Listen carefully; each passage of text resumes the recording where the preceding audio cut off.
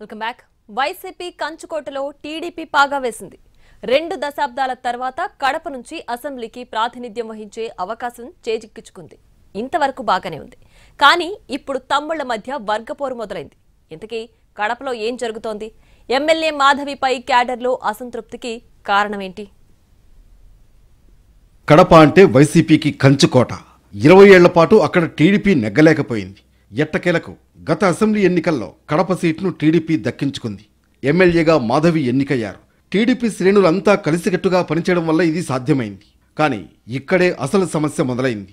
ఎమ్మెల్యేగా ఎన్నికయ్యాక మాధవి వ్యవహార శైలిలో మార్పు వచ్చిందంటున్నారు టీడీపీ శ్రేణులు. ఆమె తీరు తమ్ముళ్లకు బొత్తిగా నచ్చడం లేదు. ఇంతకీ సమస్య ఎక్కడా అంటే, ఏదైనా విషయంలో ఎమ్మెల్యే మాధవిని వ్యతిరేకించిన వాళ్లు టార్గెట్ అయిపోతున్నారన్నది టీడీపీ శ్రేణుల్లో నడుస్తున్న టాక్. కడప నగర టీడీపీ అధ్యక్షుడు శివకొండారెడ్డిపై ఇటీవల హత్యాయత్నం జరిగింది. వాకింగ్ చేస్తూ ఉండగా గుర్తు తెలియని వ్యక్తులు అతడిపై దాడి చేశారు. కొన్ని రోజుల తర్వాత హత్యాయత్నంలో పాల్గొన్న వాళ్లు ఎమ్మెల్యే మాధవికి ముఖ్య అనుచరులుగా మారిపోయారనే ఆరోపణలు వినిపిస్తున్నాయి. ప్రస్తుతం కడప ఎమ్మెల్యే మాధవి, నగర టీడీపీ అధ్యక్షుడు శివకొండారెడ్డి మధ్య దూరం బాగా పెరిగిపోయింది. వైసీపీ హయాంలో టీడీపీ కోసం శక్తివంచన లేకుండా కష్టపడ్డానంటున్నారు శివకొండారెడ్డి.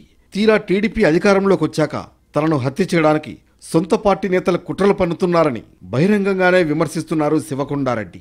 ప్రస్తుతం పరిస్థితి ఎంతగా దిగజారిందంటే, కడప నగరంలో తొలిసారిగా జరిగిన టీడీపీ మహానాడుకు కూడా అసంతృప్తి నేతలు దూరంగా ఉన్నారు.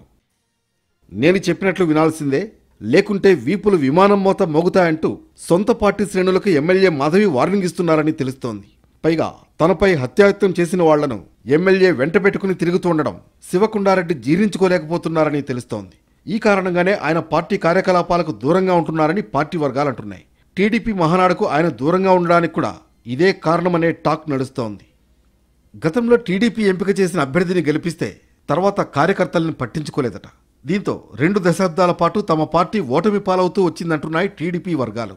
ఇప్పుడు కూడా అదే జరిగితే తర్వాత 30 ఏళ్ల పాటు కడపలో టీడీపీ అడ్రస్ గల్లంతవడం ఖాయమంటున్నారు. మొత్తానికి ఎమ్మెల్యే మాధవి వ్యవహార శైలి కడప టీడీపీ నేతలకు పెద్ద తలనొప్పి వ్యవహారంగా మారింది.